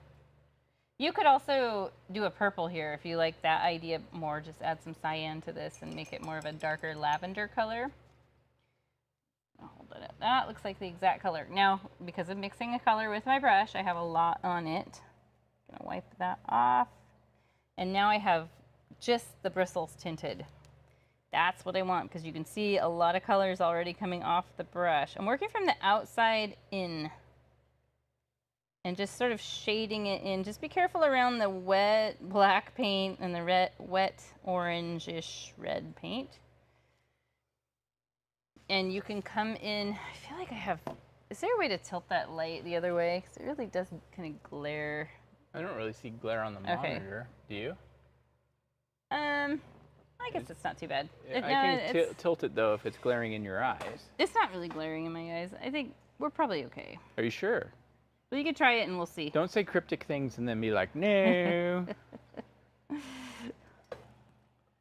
I don't know if that. Yeah, that's a little better. Of course, your wine glass is casting a shadow on the painting. Actually, it's not really. Not where we're working. Ah. So yeah, I'm working from the outside edges. But it's doing a funky thing. And like I said, this is going to look strange and out of place because we're suddenly adding this funky blue to a white, red, and black koi. But hear me out here. When we add this white scales later, they're going to show up and look nice, and they're going to look like scales. This tiny little... Just be careful around your wet colors. And always work from the outside, heading inward.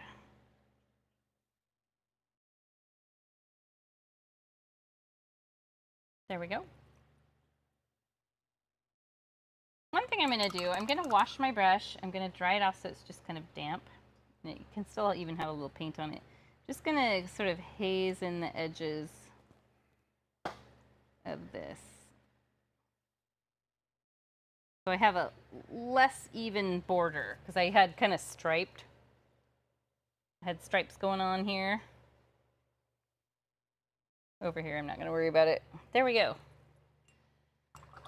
We are ready for the next step. Okay, we are finally on step 6.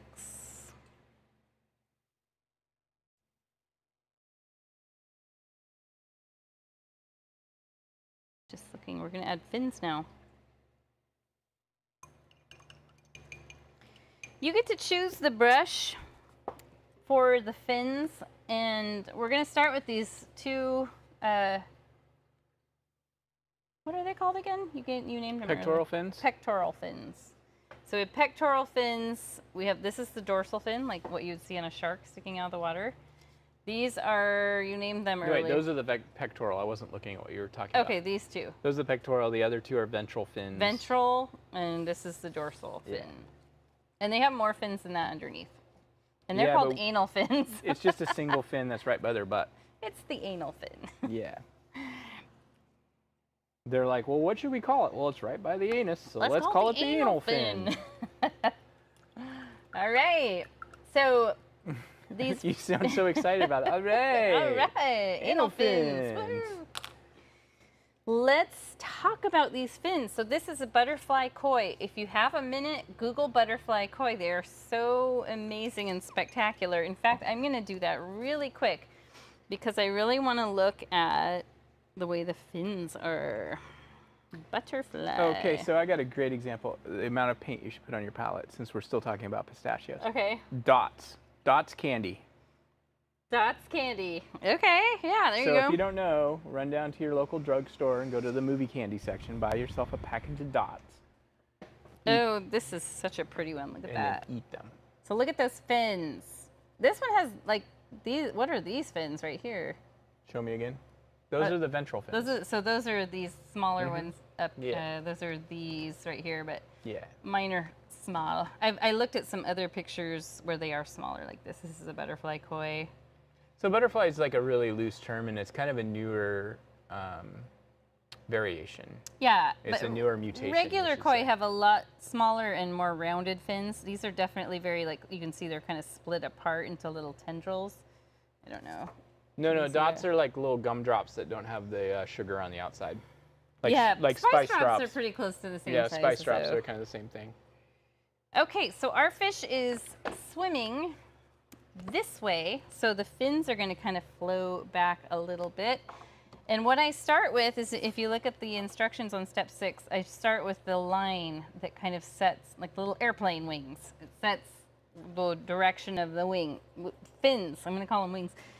And you can use if you feel more comfortable using this tiny brush to draw that line, you can. I am going to use my number 8, and I'll use the thin edge, but you could use your number 4 too. It's going to accomplish the same thing. White paint. Let's go ahead and mix a bit of water with our white. You don't want super watery, but you want a little more liquefied than it is straight out of the tube and as it's been sitting here. Oh my gosh, like that weird funky glare. There we go. This light, I don't like it. Maybe turn it down a little. I think it's like super bright. Like it looks fine on the camera. Like if you look at there, it's just you. Being nitpicky. Okay, it's okay. So let's go back right about here. And I like to kind of dip down a bit and then come back up. So I've got this sort of wavy line. And this one, it doesn't have to be exactly the same because they can move independently. So, and it can even go off the side of the canvas so that you sort of have a matching length. And then I'm going to, so these little arms, you can even draw like just parallel this line so it's about 1/4 inch away, if that helps you kind of visualize it and fill that in.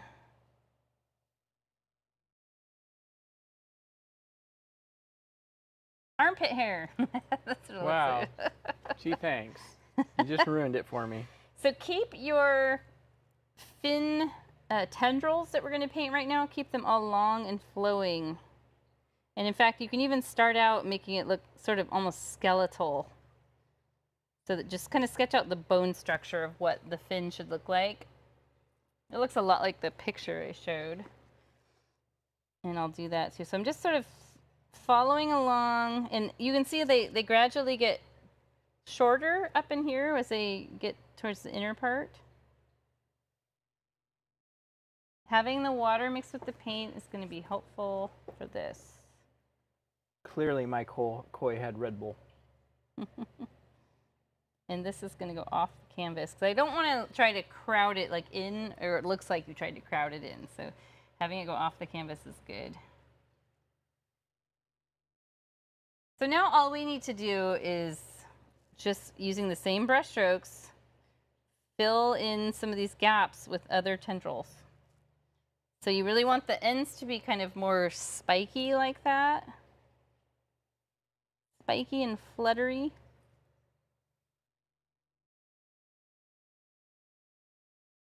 But you're not just filling in sections, you're using the same brush strokes. You're just doing multiple of those little curved tendril shapes.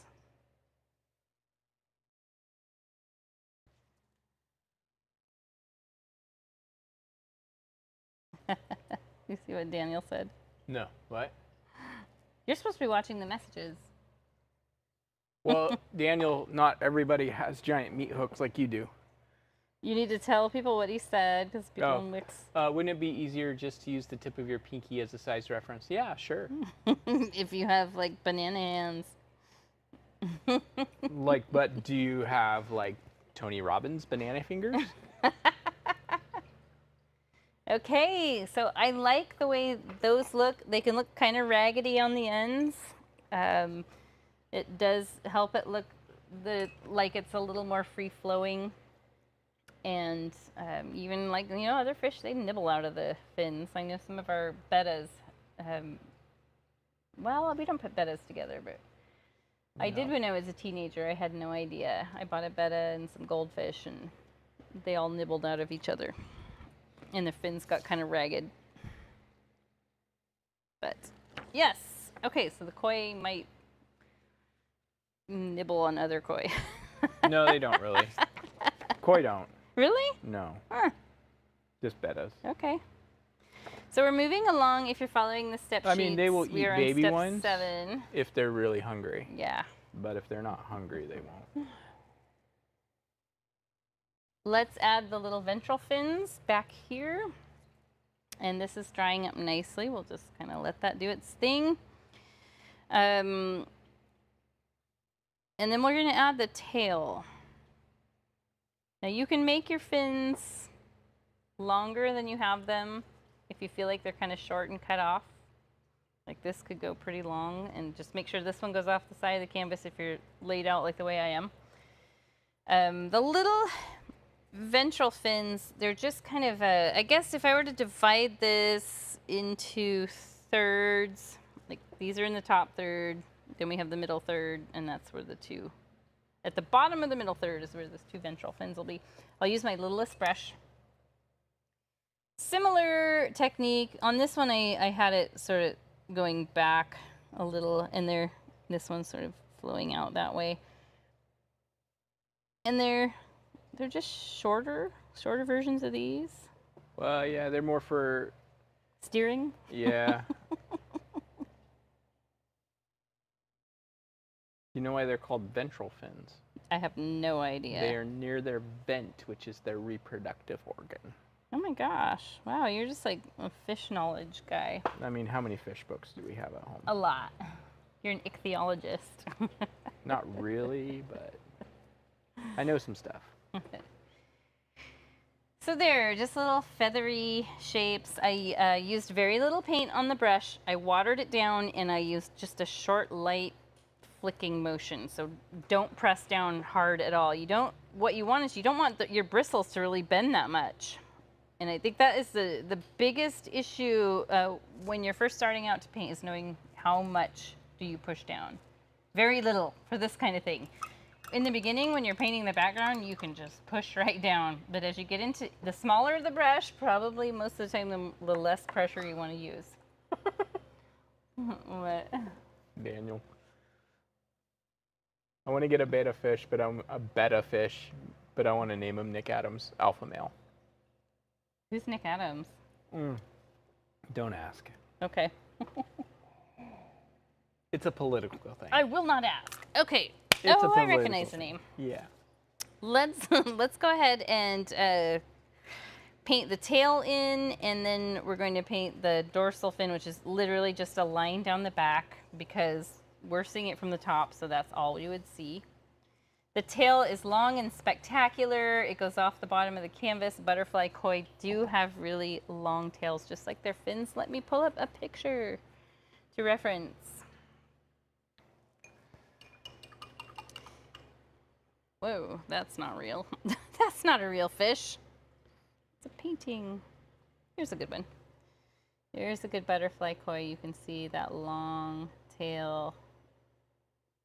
And there's those fins that we first painted on. Let's see. You see how they're kind of separated into little tendrils? Let's go for it. Okay, same number 8 brush, thin edge, unless you're more comfortable using a different brush. Let's refresh our white with a little water. It's okay if your water is sort of murky green. Mine is. Yours probably will be too. The white's kind of going to overpower that anyway. It's kind of your friend, honestly. Yeah, and I just start right kind of above the tip of the tail and just do long. Think about a fish swimming underwater. Their fins just flow. As they move forward, they're going to flow back.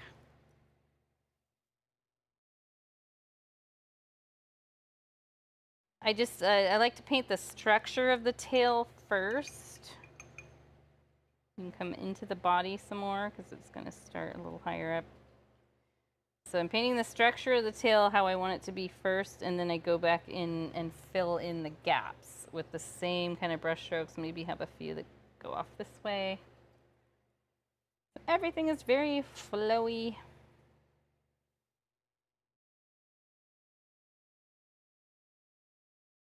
Flowy and showy. And you can add a paint that's not mixed with water now for these fill-in parts.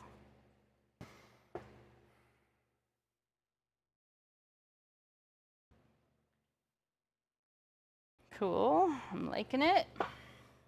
Slightly different than my original. I think I have more tail showing on the original, but that's okay. Maybe I'll just make some little extra tendrils here.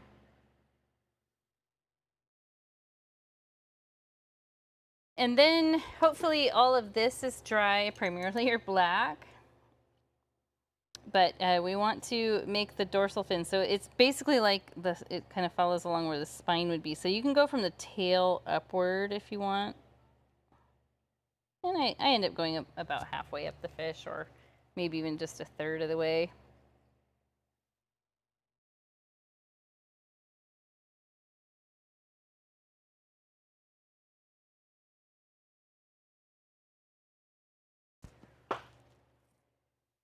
Nice.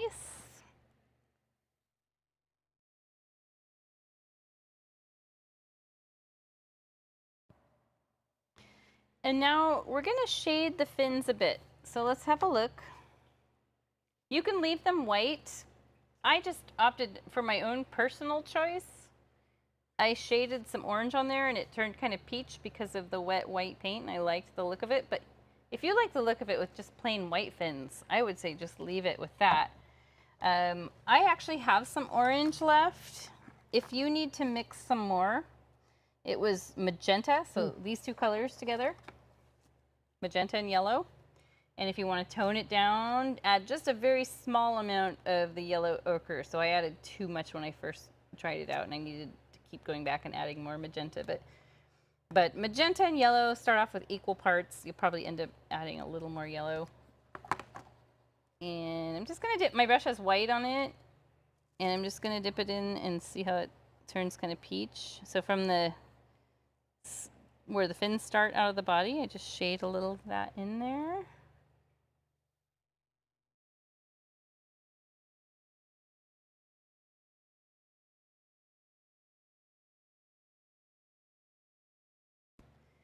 And I could wash the brush and see what it would look like if I don't have white on my brush. And add a little more back in. We're almost done, guys. We actually don't have much more to do. So then you have some darker tones of orange mixed in with the peach. And I definitely want to get some on here. Now my little ventral fins have dried, like there's no wet white on them at all. So if I want them peach, I would need to mix a little white with the orange color I made. But I'm just going to use a very small amount of paint. Maybe I'll put a little white on there. You can mix right on your canvas too. Just paint some orange and then paint, while it's still wet, paint a little tiny bit of white on top. And then for the tail, my tail is probably still wet since I just did it. Just follow along. Add a little water to your paint if needed. If it's not flowing, you want long, flowy brush strokes. And if it's not flowing very good and your brush is running out of paint right away, your best friend for that is going to be water. So just mix some water in. And if you want, you could change it up a bit. You could add yellow in with here, or I'm liking the idea of some yellow ochre thrown in there. Oh, I like that. That's good. They mix together real nice.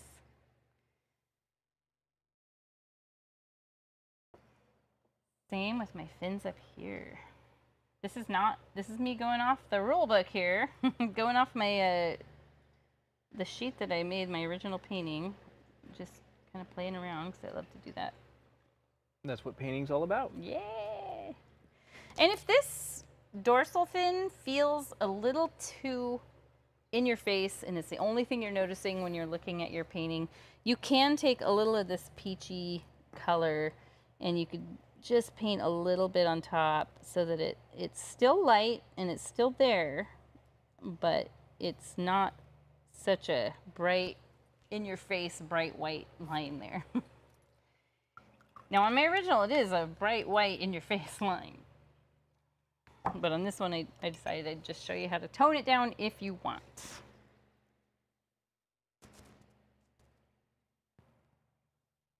Awesome. A couple more steps and we will be ready to sign it. We want to paint some scales now. So I'll probably zoom in for this. Let's get the remote. There, you can see, so when it's zoomed out, you just see some commotion going on. And when it's zoomed in, you can see it's not like perfect scales or anything. It's just a bunch of white dabs. There we go. A bunch of white dabs with the brush. I'm talking about these that are on top of that blue that we put on there. And they're done like the duckweed. They do go more in a same direction, because if the scales went in different directions, our poor fish would not swim very well. So we do want them to follow the direction of the body.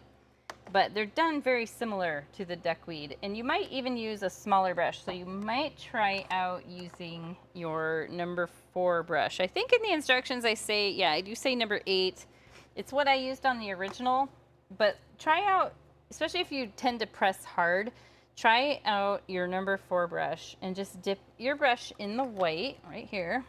Whatever you got left gets skin on top now. Probably just in the summer months primarily. And go ahead and go along the outside first and just come inward. I'm using the thin edge of the brush, so sorry, I should have mentioned that. Using the thin edge of the brush and just give it a little swipe. Thinking of them as little stacked scales.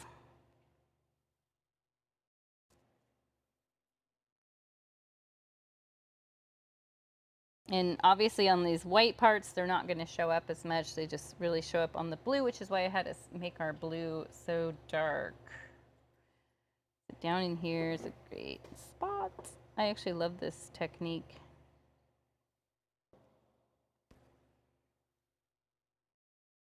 Got a tiny spot here. I can put some in. And if you want to, you know, kind of slightly outline your fish with a little white, you totally can. But just be careful and do just a little bit. So especially like right here where the black, let's see what it looks like if I did a really thin white outline. Should we say outline it just a little bit?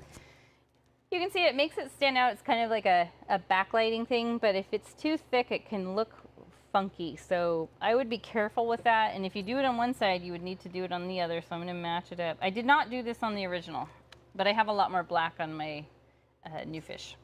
So keep that in mind. And the cool thing is, if you don't like it, let it dry, bring the black back over the top, and it's like it never existed. Nobody has to know. Okay, I've got a little spot here. I could put some. And I didn't bother with putting any scales on top of the orange or black. And because I outlined along the black edges here, I want to get this one too. Very, very light pressure. You want the thinnest outline you can possibly manage.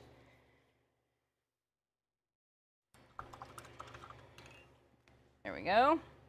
You can see some scales, but not a ton. And if you feel like that blue is still maybe too much for you, just go back with your same brush and crowd some more scales in there to make the blue less prevalent and make it the white be the more prevalent color in there.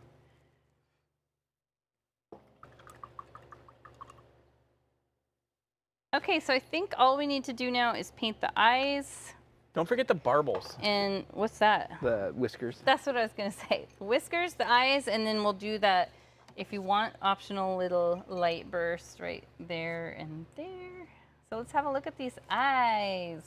Very simple and very on the sides of the head.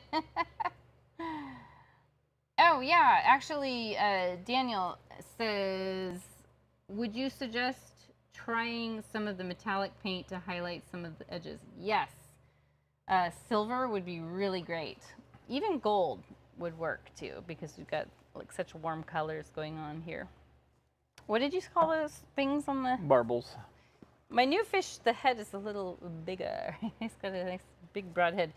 So I'll do the black eyes with, I'm just going to use my number 4 brush, and I'll use the thin edge of it.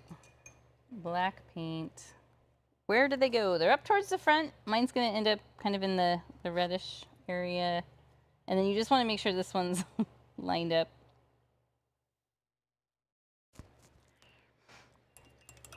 Barbels next.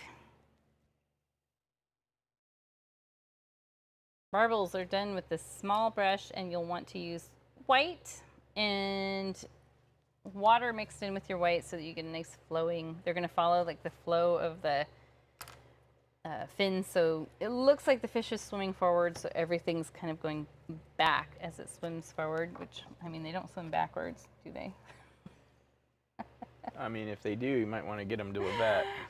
So a little water mixed with your white paint. very little paint on the brush because you do want to maintain that like nice pointy tip of the brush. And I'm just gonna real light pressure. It's better to have to go back over your line than to try to figure out how to make it thinner. There we go. And these, are they sometimes really long? What? Not typically. Not too long. Okay. This is what makes them look like they're related to a catfish. If you want to put a highlight in the eye, you could do it towards the front, and I think that's not a bad thing because then it really makes it look more like it's an eye and less like it's one of these other dark splotches. Let's zoom out and have a look. Yeah, so the eyes on mine ended up being in the orange area compared to this one where they're in the white area. And it's just because I had a little bit bigger head on this fish and I used a bit more the orange red. I'm not 100% sold on the outline here. I do think it helps make the fish stand out. I don't hate it, but I don't know if it's better than without. So I'll just say I'm neutral on it. And now for the light burst. It's the very last thing before signing. Okay, so we've done this before. I think you did it last month, Paul, for your haystack rock painting. And to get the pointy edges, let me zoom in. So to get these pointy edges of these lines, you always want to work outward from the center, because if you work inward, you're going to have blunt edges for each of these. But if you work outward, doing a quick little flick. Do that. Okay. But next month, next week after, well, my painting for this month does do that. Does it? Yeah. You're finishing Horizons? Yeah. Oh, you have a sun in it. That's right. Okay. So yes, again, totally optional. I have it at the edge of each lily pad, and I saw it on a photograph, and I thought that's the finishing touch I want. So let's do it. I'll show you exactly how. Oh, zoom in. I'm going to put mine right about here. You could put, it doesn't really matter where you put it, but I do put it at the edge of the lily pad just because I felt like, because we don't have a lot of water lines on top of here, and because we have bubbles on top, this part of the lily pad is actually out of the water, and the sun reflection would be more likely in the water. So right at the edge is perfect. Use white paint, load up your little brush, just paint a little dot. And now I'm going to wipe off most of the paint off my brush so I have just a little. Oops, how did I get red on there? Good thing I caught that. Oh, it's from my paper towel.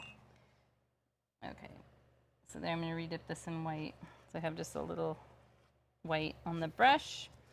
And this is nice and wet, and you're just going to flick out as you go around in a circle. Okay, I need to mix a little water with my white. Let's try that again. It's just gotten too thick. So make that circle. I have watered down white on my brush, and you want to eliminate the circle. So it just looks like this light burst. And having water mixed with your paint is going to make this process so much better. And you can see that some of the spikes go out further than others. So like I've got some short ones in there, and then I've got some longer ones. And then you can go back with plain white and you can kind of just dab that center back in there. So then you've got your little starburst. Ooh, that sounds good right now. Let's have a look up in the upper corner here. And this one I placed down right about here. Do a little dot. Dip your brush in water, mix some water and white together on your palette. And then just very, very light pressure. Like I'm hardly, in fact, maybe I'll hold my brush further back. Hardly touching the canvas at all. And just knowing I'll just go back over any area that didn't get hit with the paint. And then I'll go back and dab some white back in the center. There we go.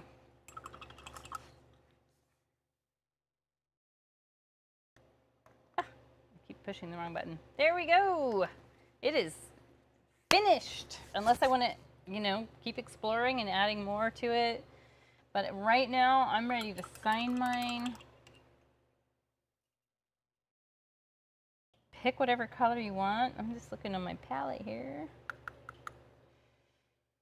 I think maybe the light blue.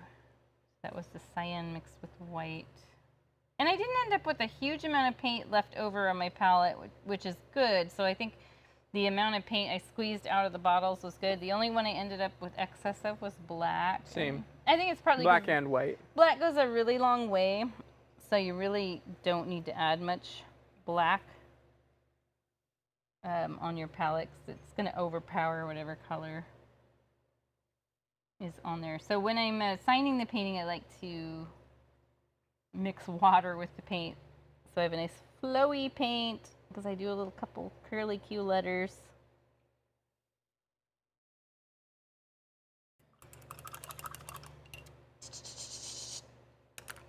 And we are done. How are you? Are you done? I'm done. Oh my gosh, that looks really good. I haven't even looked at yours the whole time. Other than I saw your water. Mine's busier. But I like it. It looks like your fish is coming up for some food. Yeah, he just ate a little bit of food. He ate a grape. Yeah, you know what, they love watermelon. They love watermelon. Let's zoom out just a little. Oops. Again, pushing the wrong Wide. button. One of these days I'll get tight. you. Okay. I didn't know what the T stood for. Look at that. 2 completely different paintings of the same subject. And Paul went extra. I didn't really do extra, like I just painted. I know, I just like to tease you.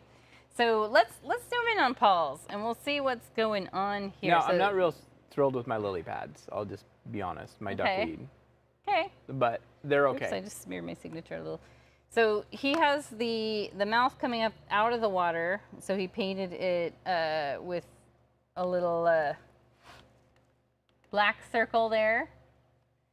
And I added a gill plate. What's that? Is that thing under here? No, the gill plate is this part right here. Oh, okay, yeah, so it curves back. And then you have water lines around where it's popped its mouth out of the water. And then you have very busy water. I do. And a lot lighter color. I put ripples over the fish.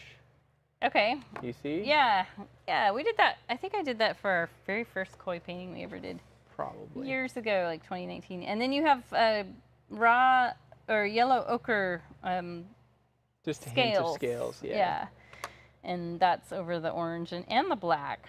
That's kind of a cool idea. So if you guys want to add some scales in, take a look at Paul's.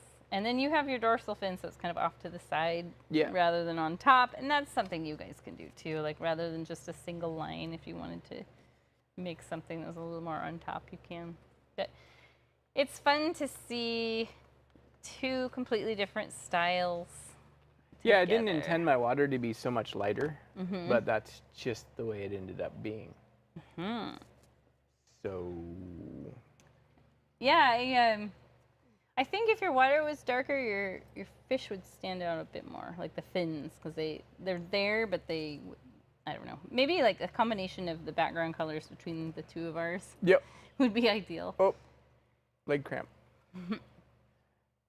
Paul's lily pads look like they're alive. They have an eye even. Yeah, actually, it looks like a frog. They kind of look like janky frogish. Janky frogs. Zoom in. All right, are we ready to switch back out? Thank you for saying both are beautiful. Oh, I gotta turn my hat back around. And we're back. We're back. Yes. Thank you guys so much again for your support. That was a lot of fun. Our new switchover, which I know it was kind of frustrating and confusing. Yeah, but we know that we tried to make it as smooth as possible. We know it sucks. And we appreciate those of you sticking along for the ride with us. It's been 2019 was our first year, September 2019. So we're coming up on 4. Yeah. 4 years in September, right? 4 years of doing the Gogh streams and 12 years of teaching painting? Yeah, 12 years of a studio setting. So it's been fun. It has been a lot of we fun. love that you guys are sticking around, and hopefully you'll continue to do that and have fun with us. And even if you just do the videos, it's what, $7 a month, $6.99? $6.99 a month, yeah. And you can learn how to paint different paintings. You have access to our full library. So that is going to be something, is we haven't launched the YouTube digital membership yet, and we should do that in the next couple of weeks. And if you sign up for a digital membership, then there'll be 3 places to live stream it. What does Faye say? I got July twice, 1 single box and then the big box. So are you an Amazon person? That must be a Amazon, because the Amazon people were the only ones who got a single box because their cancellation thing was very slow. Yeah, slower process. That took me like 7 weeks to get Amazon. Not so much that like I didn't have to convince them; it's just their timeline to get it all done. Yeah, because we're chatting with like the people who are like the reps who help people selling individual stuff, so communication takes a lot longer. Yeah, and then as far as Amazon. like for Amazon customers, if you do have an Amazon account and you're getting the monthly subscription and you want to switch to the 3-month, which is what we would prefer if you guys did, because it makes our life easier, you do need to go through Amazon. That's all that matters. Yeah, that is all that matters. You do need to go through Amazon to cancel your subscription. I don't have any control over that, unfortunately. Yeah, they won't even really let us have the customer name until the order ships. Right. And so like we have such limited information through Amazon, and I mean they keep it that way for privacy reasons, and I think that's not a bad thing. They don't even give me email addresses. Yeah, so we can't ever reach out to Amazon customers and be like, hey, sorry, these are shipping out 2 days later than normal. Yeah, now this month we did ship out a couple days later, not because of the shift, but just because of 4th of July. Yep. Yeah, because a lot of the reps we were waiting, a lot of the companies that we were waiting for product from got delayed too. Yep. There were some things we needed very last minute. Yeah. But we got it done. Yawning. It's been a long week, and next week's going to be a long week too. Next week's going to be crazy, and I need to see when your live stream is. I have it in my phone. You have it on the 24th, which is a week from Monday. Okay. So it is a Monday. Yeah, that sounds about right. And we'll probably email out Monday morning to let people know. Or just sometime over the weekend. Yes, so it is Monday at 5:30 PST, so 8:30 on the East Coast. Yep. And we'll be doing Vanishing Horizons. I'm really looking forward to that one. Unusual for us to do it on a Monday. We do like sticking with the Friday schedule, but again, because of the volunteer stuff we're doing. Yeah. It kind of anytime there's a play, it's only 2 weeks.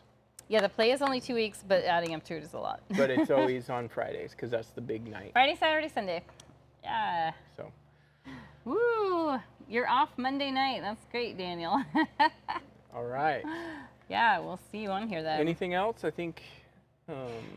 Feel free to chat with us on our website. It's just Paul and I answering that. That's it. Mostly Paul. I try to, if it's something I can answer, but a lot of the technical stuff is him.